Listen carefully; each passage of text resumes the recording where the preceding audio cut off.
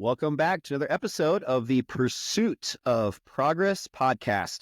So today we're diving into a topic that affects millions of Americans, the dangers of student loan debt. Whether you're thinking about going to college or maybe you're already just grappling with student loans, understanding these dangers can really help you make better financial decisions and avoid student loan regret. Now, let's go ahead and get started. Ben, my trusty sidekick, my co-host, how are you doing today, bud? Hey, I'm doing great and so excited to talk about this. It's a little bit controversial, student loan debt, going to college. There's a lot of people that have come around and understand what the concerns are, but there are a lot of people in America, especially young people, that don't understand this. And so it's so important. Can't wait to get into the material and the content today. Awesome, buddy. And just for our viewers, our listeners, we got a special episode today. We are actually at episode number 50. So a little bit of a benchmark for both of us today to celebrate. So with that, we've prepared an extra special episode, something that I know Ben is very passionate about and has a lot of value to provide you guys with on this subject. What did you say is the average number of podcasts, number of episodes that a podcast has? I don't know that specifically, but we have a friend of ours, Jay Metzger, who's out in California, and he sent us a text a while back when we first were getting started saying something like, I think less than, and again, guys, I don't know the exact statistic, but it was like less than 5% of podcasts make it past 25 episodes. Well, here we are, double that. 10x, baby. We got to be in the 1% then, if that's the case. Yep. And quick shameless plug, you guys, before we get started, if you have any other friends, just people that you might be just interacting with, talking about, strategies to pursue progress and get better 1% every single day, make sure you guys are sharing the show. That's the best compliment you can give us. The best way to support us is just by sharing the show with a friend. So please do so. Yeah, please do so. And especially today, because this is an important topic. Did you know that the total student loan debt in America in 2024 is over $1.7 trillion. That's more than all credit cards and auto loans combined.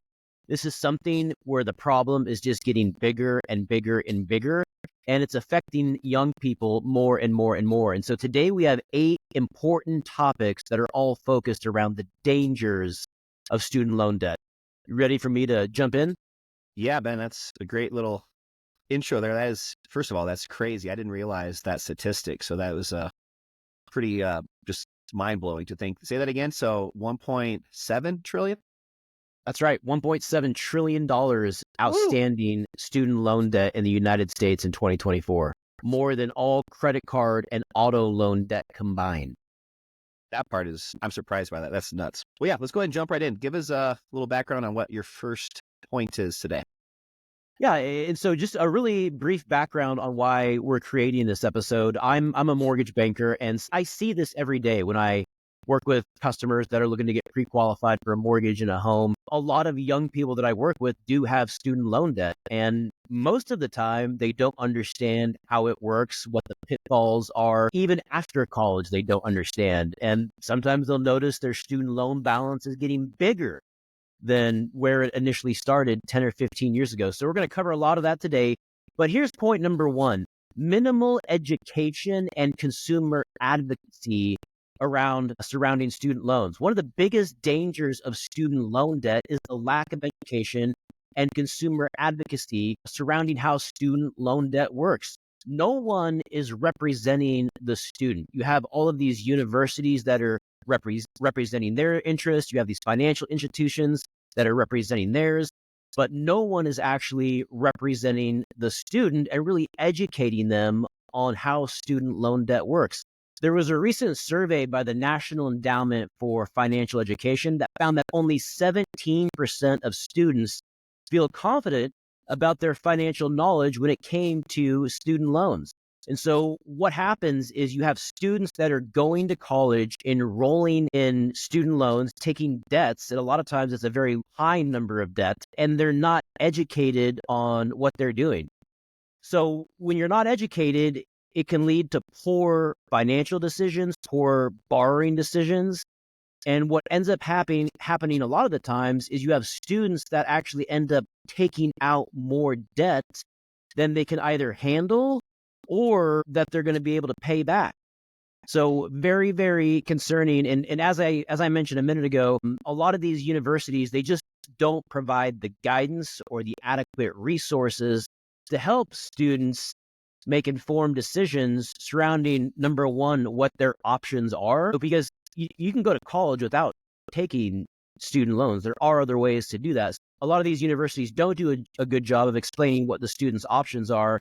And they also don't really communicate how, what are the features of the student loans? What are what is it going to look like 5 years from now, 10 years from now? What do the repayment terms look like? They do a very poor job of explaining that. So I think of a typical, you know, freshman or somebody that's going into college, just finished high school. They're 17 years old, probably either don't have a credit card, or if they do, they have very limited credit history. How do these lenders at the universities qualify or disqualify a student from getting a student loan? Like, how do they gauge their credit score, so to speak? What's the level of confidence they have? Is there still usually typically like a ceiling that they'll provide a student loan for, and anything above that has to be co-signed by the student's parents? Or, because I know, just on a side note too, before you answer that question, student loans are one of the only non-forgivable loans, correct? It's just basically taxes and student loans. Is there anything else? Yeah, that's one of the topics that we're going to talk on later. Okay, cool. The fact that they're not dischargeable in bankruptcy. But to answer your question there, the analogy that I always like to use is go back to the housing crash of 2008. Why did that happen? And the reason that happened is because credit or mortgage at the time was so easy for anyone to get approved. It was so accessible. There were literally programs out there where if you didn't have a job, well, let's just say that you have a job. Your income's not high enough to qualify for this mortgage.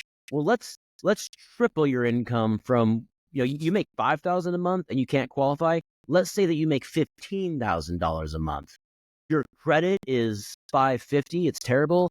Well, what we're going to do is we're just not going to pull credit then. And we're just going to, there were literally loan programs out there back in 2008. And so when credit became so accessible, it's referred to now as the ability to repay. You had borrowers that were getting into loans that literally did not have the financial capacity or the ability to repay. So what happened after 2008 is there was government reform. And what's very different in the mortgage world compared to 2008 is now, whether it's an FHA loan, conventional, borrowers have to demonstrate that they actually have the financial means to pay back the loan, or they have the ability to repay the loan. So the answer to your question is, in the student loan world, which is point number 2, there is not a bona fide requirement or document. You don't have to document the ability to repay with a student loan. So, what we're talking about is, unlike a traditional loan for a car or a home, you have to pull credit, you have to provide financials. A lot of times there's a employment verification. In the student loan world, it's very, very different. You can get approved for student loans with very little oversight, and it's just very, very accessible. So if you're a student and you're interested in going to college, you're going to be able to get approved for a student loan. That's exciting in the aspect that there's potential opportunity, but it's frightening because you have these students that literally don't know what they're doing. They don't know how any of this works. And they're taking on tens of thousands, in some cases, hundreds of thousands of dollars in student loan debt, and they have no idea what they're signing up for. And at that age, you're so emotionally vulnerable, or you can easily be kind of swayed as far as, all your friends are going to college. You really want to go, but, just maybe it doesn't make sense financially. Instead of, making a smart financial decision, you're going to lead with your emotions at that age, not having that kind of reflex built up over time of just knowing when to pull back, and when to actually spend money. And in a lot of cases, yeah, like you're saying, they're just putting themselves in situations that they can't get out of at a very young age, where, I think for a lot of people, yeah, if they go into a university for a degree that's not even what they end up wanting to do in their life, there's just a lot of big repercussions from that one moment in time. Yeah, Scary. it's outrageous. I mean, we are asking, this is how I think of it. We're asking teenagers to make a decision that is literally going to impact them potentially for the rest of their life. Is that fair? Crazy. Is that fair? That's terrible. So, and to your point, what are teenagers going to do? Are they going to want to do the smart thing, the responsible thing, or are they going to want to go do what all their friends are doing and keep up with the crowd? You're exactly right. So just for my personal just insight here, the student gets accepted to, a very high level private university that's $30,000 a year. There aren't very many disqualifiers. It doesn't sound like. I mean, if you're at that young age, you don't have much credit history or any history in general, just to show your ability to repay, other Mhm. than just knowing that this is an unforgivable loan and you're on the hook no matter what. I mean, how are the lenders able to kind of vet different, are they basing it off of the quality of the university and the expected income that student's going to be making once they hopefully graduate from university? Well, if you think about it like this, when we're talking about car loans, when we're talking about mortgages, there's collateral, right? Exactly. Yeah, exactly. There's no collateral with the student loan. What's the collateral? Well, there is. And this is the part that's scary. The individual is the collateral. And so because these loans aren't dischargeable, you can't, there's no way to file them or include them in bankruptcy. There's no, politicians talk about student loan forgiveness, and I hope that happens at some point. But the reality is that hasn't happened yet. The student is the collateral. And so the actual individual person. So that debt, once you take it out, and that's why these lenders are so eager to enroll these students in debt, because they have very little risk. A student can stop making payments, but there's also no statute of limitations on student loans as well. These other types of debt, credit cards, auto loans, there is a statute of limitations on. So if you're a student, you take out $100,000 of student loan debt, number one, you are the collateral. And number two, there's no statute of limitations on that. So if you take out that debt when you're 20 years old, well, when you're 50, you're still going to be getting collection calls. Wow. And I'm pretty sure you're going to cover this a little bit later. So if so, we can hold on this part of my question. But there's also a huge commonality of students only paying the very, very bare minimum, which is basically just the interest, where, these loans are never paid off early, or, it's very rare to see these loans, paid off at a reasonable time, just because they're just always paying that minimum and really never even getting down lower in the principal. That's exactly right. And there's two different features of that. There's forbearance, and then there's the income-based repayment. And we are going to go over both of those here in a little bit, Okay. so I'll hold that for a little bit later. Okay, cool. Well, let's jump into, are you ready for point number 3? Point number 3, yes. Point number 3 is over-reliance on loans due to rising tuition costs. Now, I have a quote here from Nelson Mandela. He said that education is the most powerful weapon which you can use to change the world. And I believe that. What Nelson may not have realized, though, and this is kind of a joke, is that tuition costs have skyrocketed over the past few decades, making it almost impossible for students to afford college without taking out significant loans. So to kind of give you an idea, student loans, and this report is from the College Board, has reported that tuition has increased by over 200% since the 90s. And because of that, and I also use that 2008 housing crash again. So what happened in 2008 with the housing market? There were two things. Credit was very accessible, so anyone could get a mortgage. But then what did that do to home values? Well, home values shot up rapidly, didn't they? Mm-hmm. And the reason for that is because credit was so accessible. So anyone could go get a mortgage, anyone could go buy a home. So the value of the asset, the homes, skyrocketed, and it then created a crash. Well, what's happening in the student loan world? Credit now is very, very accessible. Anyone can get a student loan. What's happened to the cost of education? The cost of education has consequently skyrocketed. And these problems are feeding themselves. And so it's this over-reliance that creates a dangerous cycle where students become dependent on debt to pursue their education, which then leads to overall higher debt loads. What is the kind of average percentage interest rate for student loans? Is it Yeah, it, it, 5%, it it can 10%? vary. And some of that depends on whether it's a private or a federally backed student loan. Usually the interest rates are, they're not terrible. I would say on average 4 to 10% range. Interest rates in general over the last couple of years have been lower. They're obviously higher now than what they've been, but the interest rates are not terrible. What is terrible is the repayment characteristics and the features of how student loans actually work. Another just kind of a random question that popped into my head, but do you think I know we always use the word student loan, but there's still a lot of families that the family, the husband, the wife, collectively, the two of them, they're the ones that still want to pay for their children's education, but they just don't have the financial resources to pay out of pocket. So they're the ones that need the loan. Is that still considered a student loan if it's the parents signing on the dotted line and they're, responsible, but it's for their son or daughter as the student? Or is that just a totally separate like bank loan? Is it still considered a student loan in that case? Yeah, most of the time, the primary applicant is always going to be the actual student. In some cases, there are options to have a parent or a loved one co-sign. Now, I would caution against that for a parent because then at that point, you are now on the hook with this same toxic debt. Mm-hmm. So really, thinking about co-signing is something that you really want to be careful about, especially with this type of debt. I'm okay with parents co-signing if it's the right type of debt.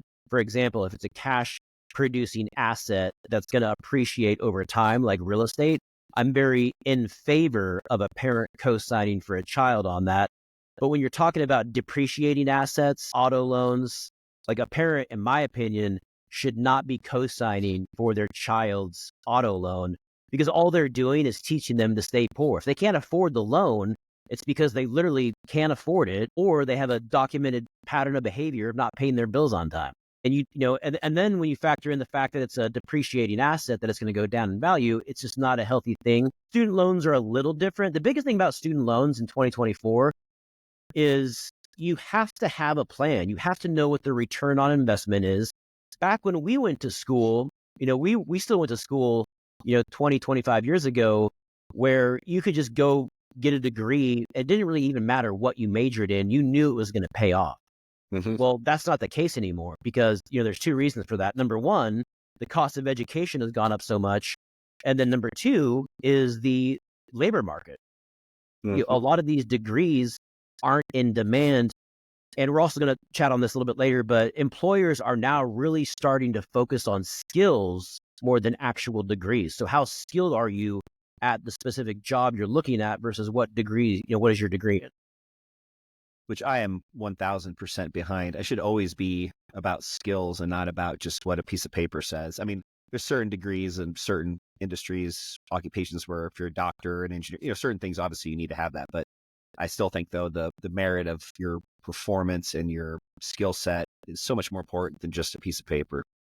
I agree 100%. And I'm so glad that's finally happening and things are changing with that regard. But there are a lot of younger folks and people out there that are reluctant because now they have this degree that they spent, 6 figures on and they think that they're entitled to go get this job. So things are changing. We're in the digital age now. Things are changing. Before we move on to point number 4, I'd like just for you also to share. I noticed that you have in our notes about a resource for financial aid and some of this just rising costs that people are faced right now with student loans. What's that about?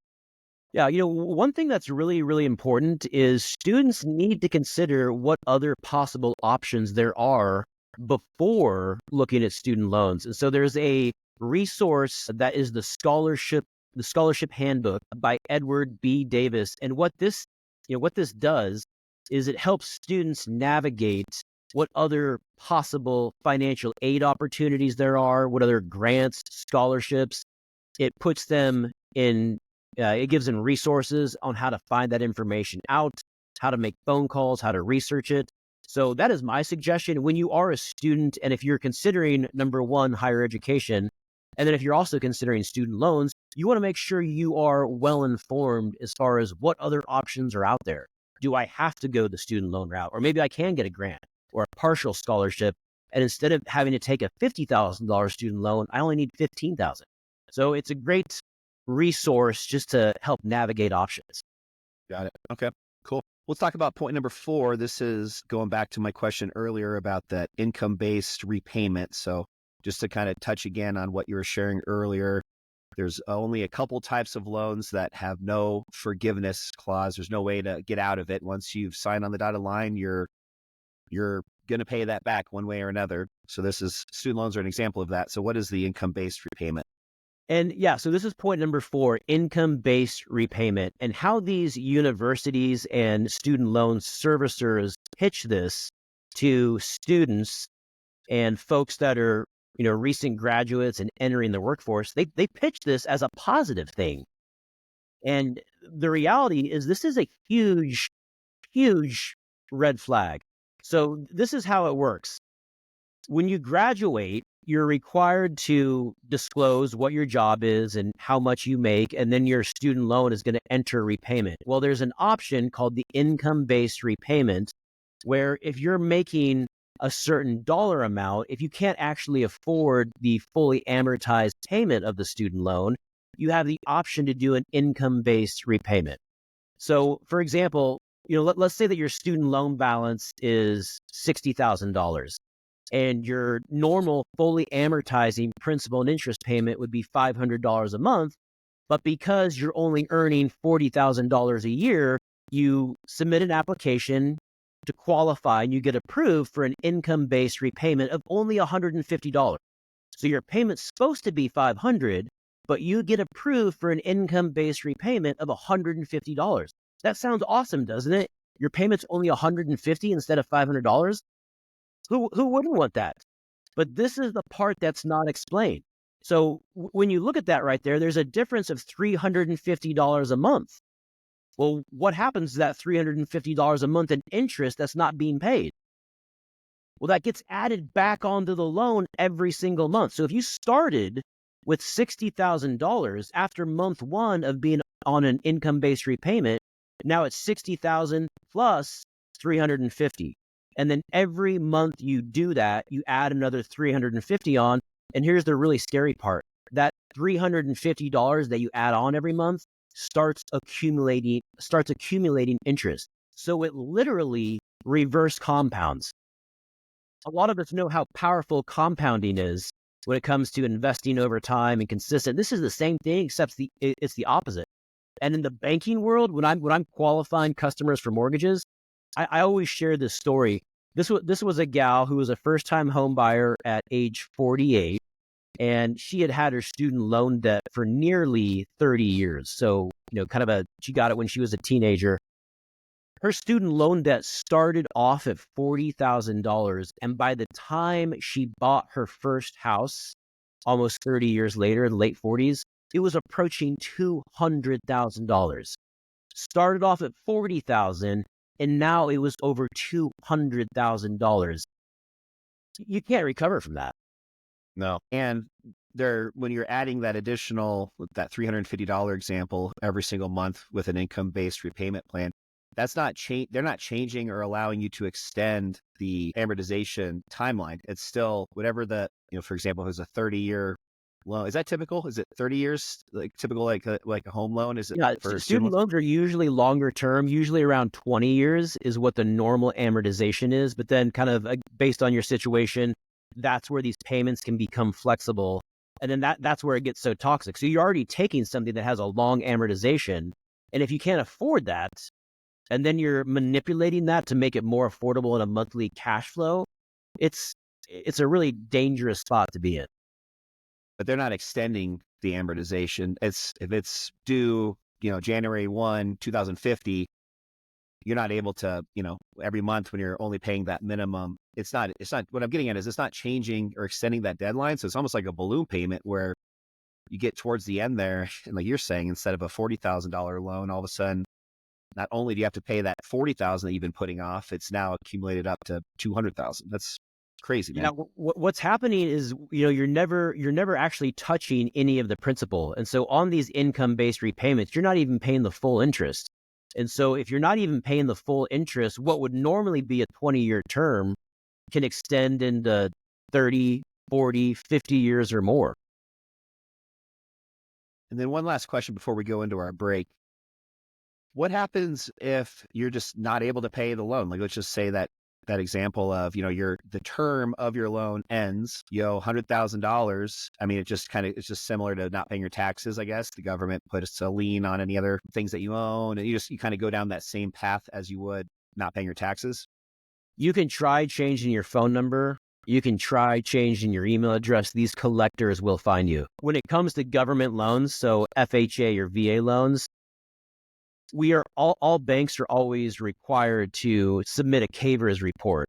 And what that is, that's where the bank contacts the government to see if that individual is delinquent on any type of government debt. So if they're delinquent on any type of government housing debt or IRS debt or student loan debt, and if they are, well, it's going to make them ineligible for any type of government financing until that debt has been resolved. So if you stop making your student loan payment, it'll go to collections on your credit report, and it'll just stay there and never go away until it's dealt with. That's crazy. Let's go ahead and take a quick break. I think we have a sponsor. Ben, you want to read that one? Yes, we do. This is from our sponsors. They've been itching for us to get to the break here, so I'm glad that we did that. Looking for a real estate team that goes beyond closing deals? At Adam Sells Denver, they're here to guide buyers, sellers, and investors with strategies tailored just for you.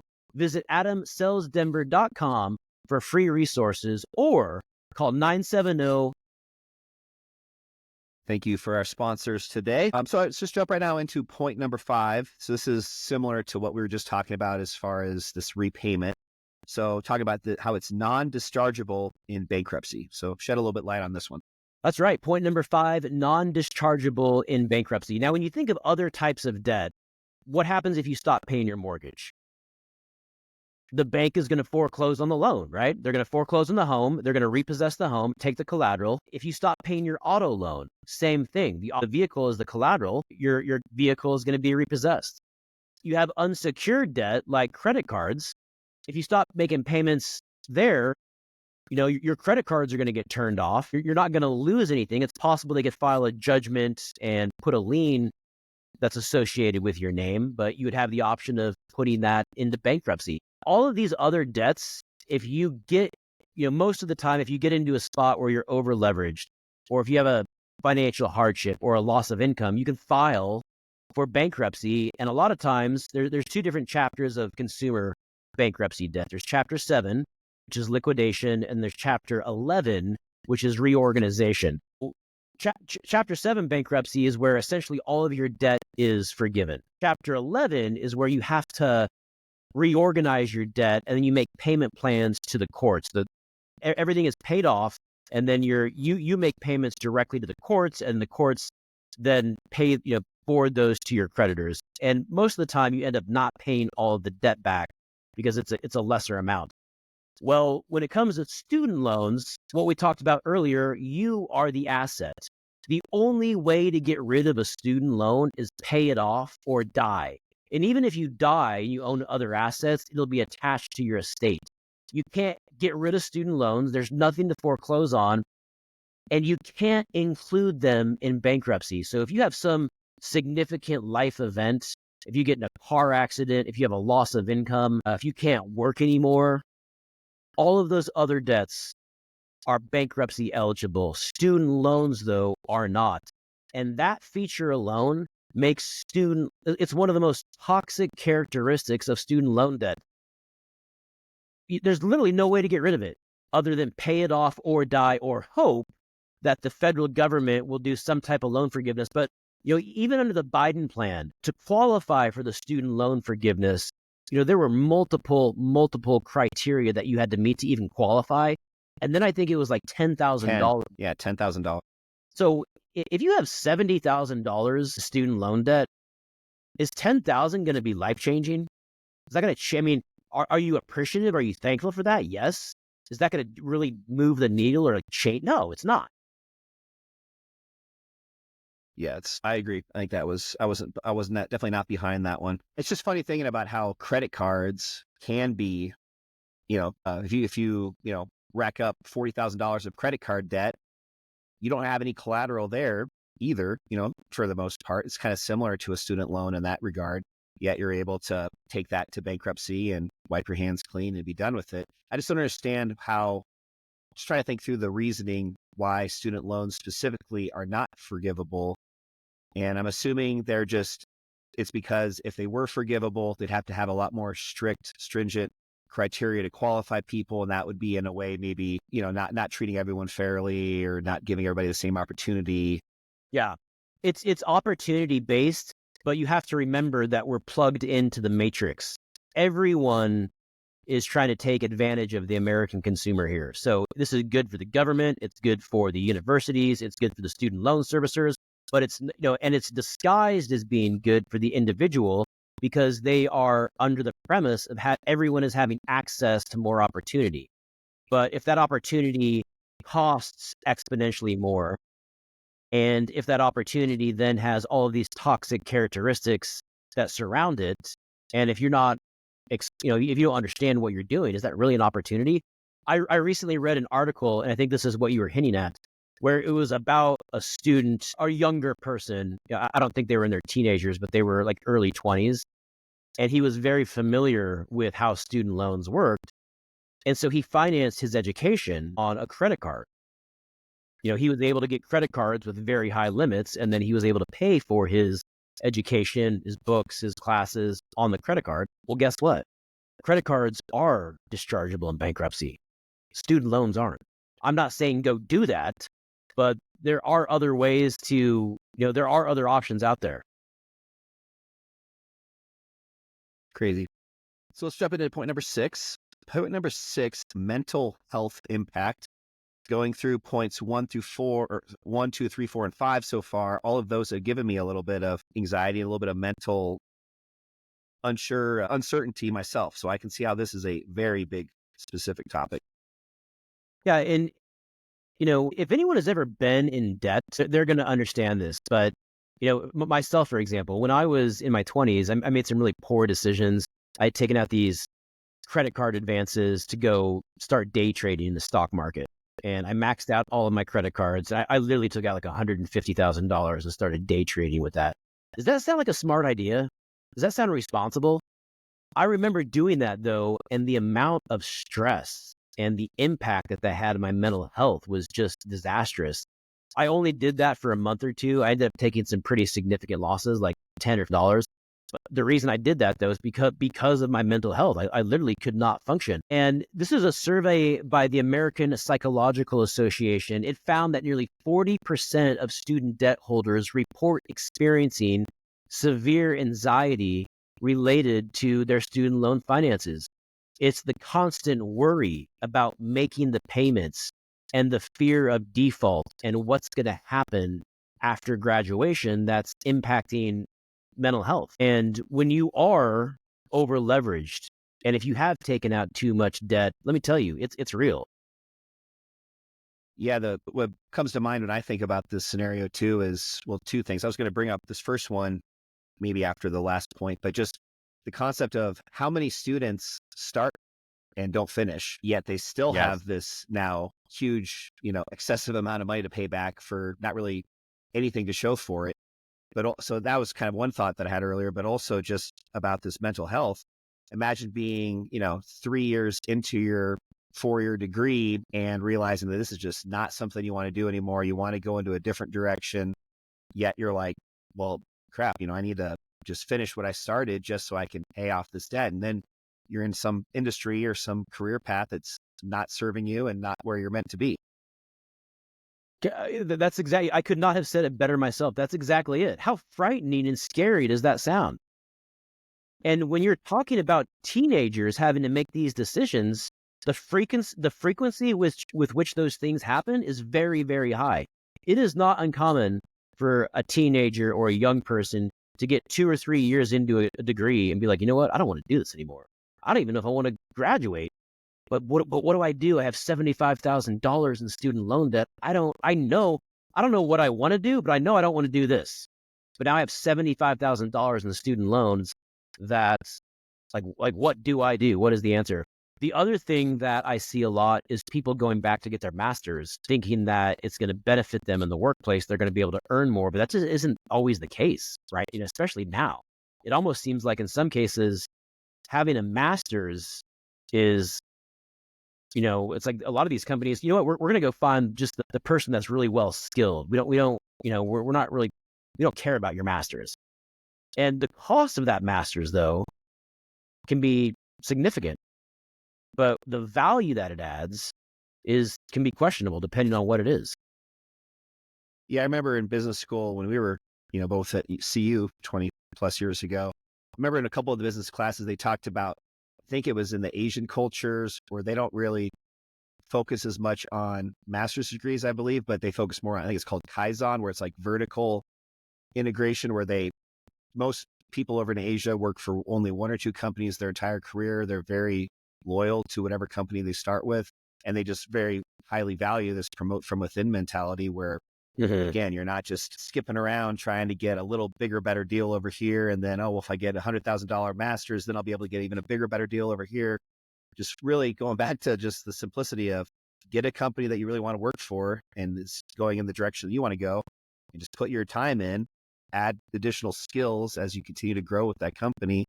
And then because of that, get promoted and get whatever you're going to get if you went and got a master's. Yeah, that was America in the 50s, 60s, 70s. It was not uncommon to see one person spend their entire career at said employer. Back then, though, individuals, what's happened over the years, when you think, for example, of just like healthcare for the individual consumer, is healthcare coverage and cost more favorable or less favorable for the individual now compared to 30 years ago? Less favorable, right? Yep. Yep. How many companies offer pensions now? None. No one offers a pension. There are a lot of companies out there. A lot of companies 20 years ago used to match dollar for dollar on a 401k contribution. There are a lot of companies now that don't match at all, or it's only a partial match. So what's happened, if these employers, the benefits that the individual gets is so much less now than, really whatever it would have been.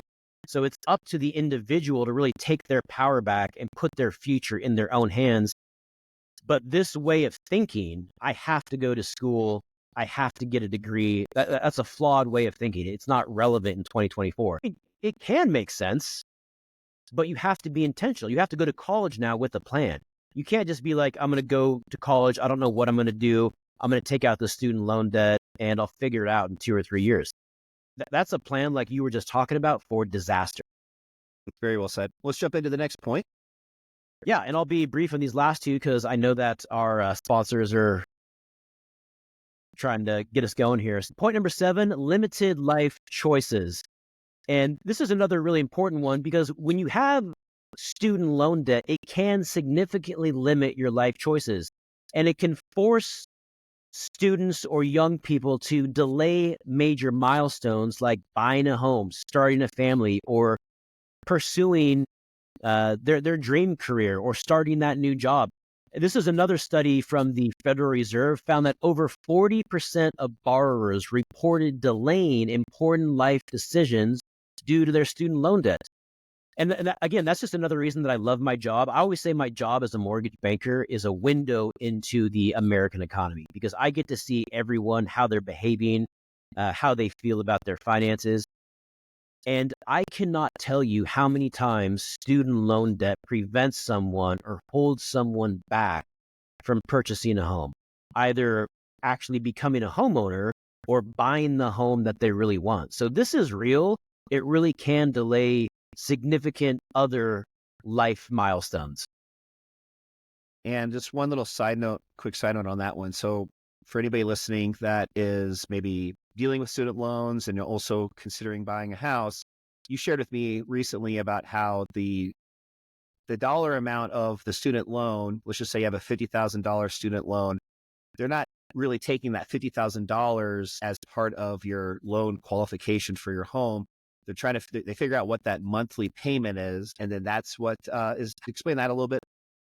Yeah, so a lot of times when a young person or a recent college graduate is coming out of school, their loan is still in forbearance. So it's not uncommon for me to get a call saying, I have student loan debt. Don't worry though, because I don't have a payment yet. It's actually in forbearance. I'm not going to start making payments on it until 6 months from now or a year from now. Well, hold on a minute.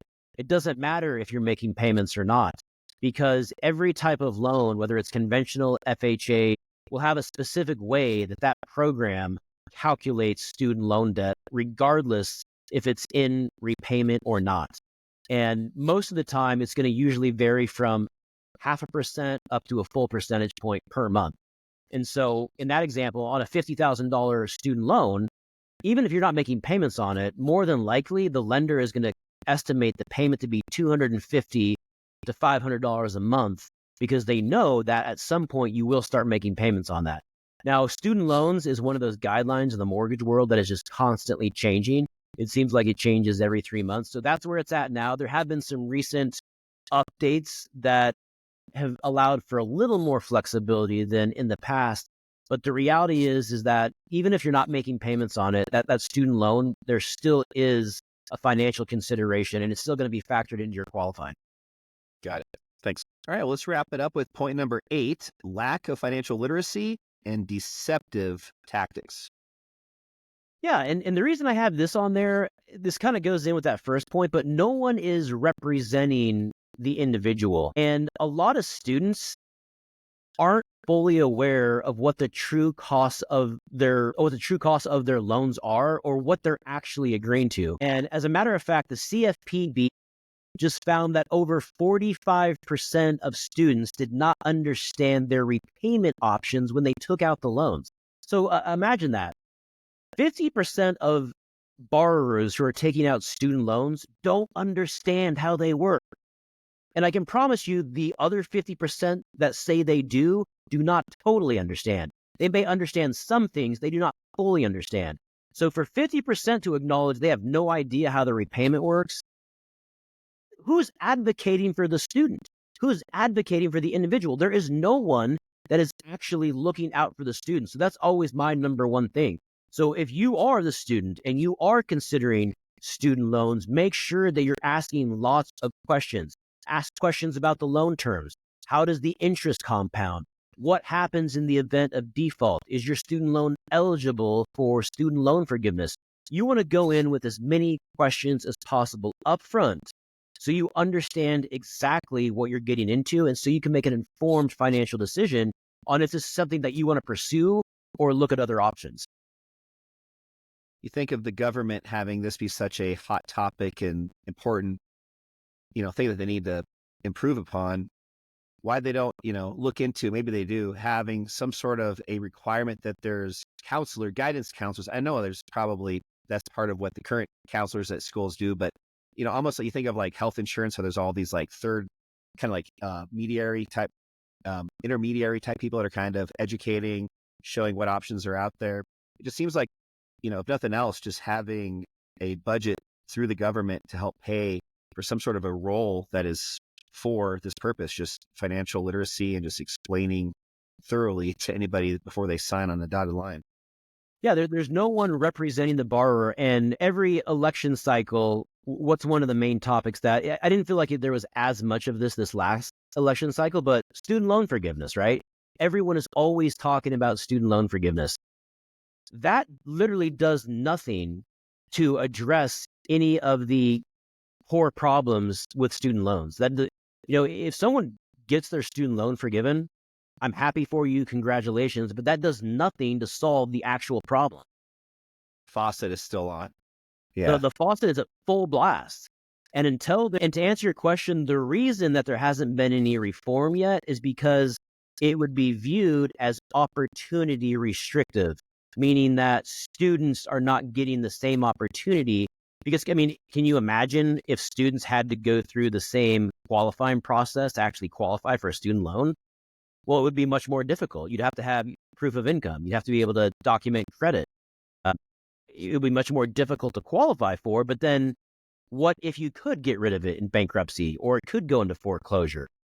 It's something that needs to be considered. There's a better way And this is my other thing, because it's so easy to get qualified for a student loan. That's a big part of the reason with the cost of tuition going up so much. So the best way to fix tuition going up is making credit less accessible. And when that happened in 2008, there was a crash in the housing market, but values corrected themselves. And if that happens in the student loan market, tuition will then self-correct as well. I don't know if it's going to happen. I wonder if this will just kind of not correct itself, but improve a little bit just on the popularity of going to college. I just got to think that that has gone down a little bit, just again with the type of job opportunities that are out there today, but also just with COVID and all the other just kind of changes that happened over the last few years. Yeah, I just wonder what percentage of students today are pursuing college versus 5 years ago, if that's gone up or down.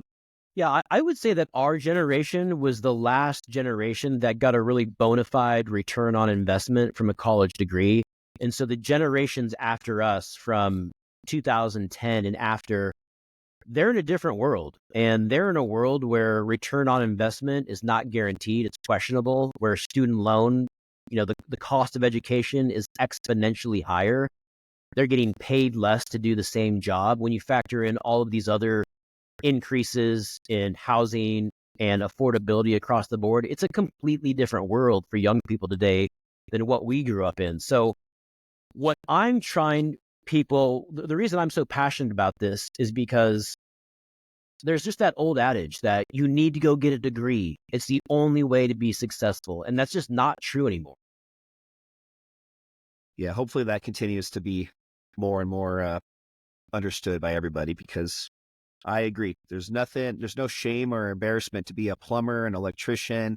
In fact, I think those industries or those professions are going to only continue to have a higher dollar per hour over the next few years, while a lot of these others are going to either not exist anymore or significantly decline.